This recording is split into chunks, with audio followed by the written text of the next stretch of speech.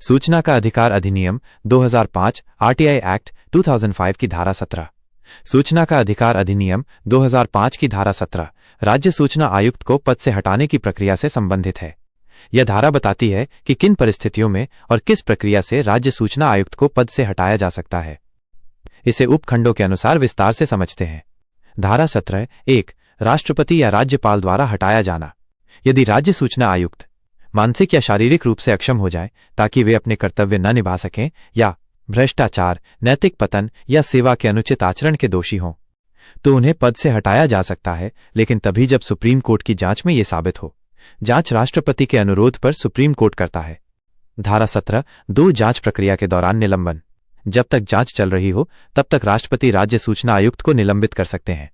धारा 17 3 अन्य कारणों से हटाया जाना। राज्य सूचना आयुक्त को पद से हटाया जा सकता है यदि वो पद पर रहते हुए किसी लाभ के पद पर कार्य कर रहे हों, जैसे किसी सरकारी या निजी संस्थान से वेतन या लाभ ले रहे हों, वे व्यापार या किसी पेशे में संलग्न हों जो निषेध है, वे किसी राजनीतिक दल के सदस्य हों, उनके आचरण से यह प्रतीत होता हो कि वे अपने पद के लिए अयोग्य हैं। इन मामलों में सुप्रीम कोर्ट की जांच की आवश्यकता नहीं है। धारा 17 4 पद से हटाने के बाद अयोग्यता। यदि कोई राज्य सूचना आयुक्त भ्रष्टाचार या अनैतिकता के कारण हटाया गया हो तो उसे भविष्य में कोई भी सरकारी पद देने पर रोक हो सकती है। राज्यपाल को संबोधित शिकायत पत्र का प्रारूप। धारा 17 के अंतर्गत प्रेषक का नाम, आपका पूरा नाम, पता, आपका पूरा पता, मोबाइल नंबर, ईमेल यदि हो ईमेल आईडी, दिनांक, प्रेषित माननीय राज्यपाल, राज्य का नाम, राज्यपाल कार्यालय का पता। विषय सूचना का अधिकार अधिनियम 2005 की धारा 17 के अंतर्गत राज्य सूचना आयुक्त के विरुद्ध शिकायत। मान्यवर, सविनय निवेदन है कि मैं आपका नाम, आपके क्षेत्र, जिला का निवासी हूं। मैं सूचना का अधिकार अधिनियम 2005 के अंतर्गत कार्य कर रहा हूं तथा मुझे ये खेदपूर्वक सूचित करना पड़ रहा है कि वर्तमान राज्य सूचना आयुक्त श्रीमती राज्य सूचना आयुक्त का नाम के विरुद्ध निम्नलिखित गंभीर आरोप हैं। शिकायत के मुख्य आधार।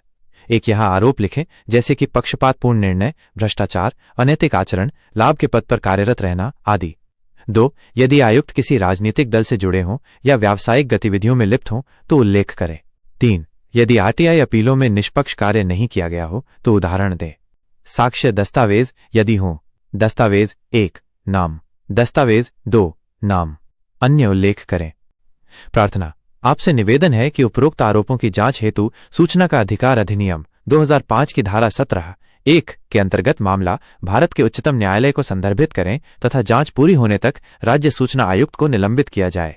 आपकी कृपा हेतु सदैव आभारी रहूंगा।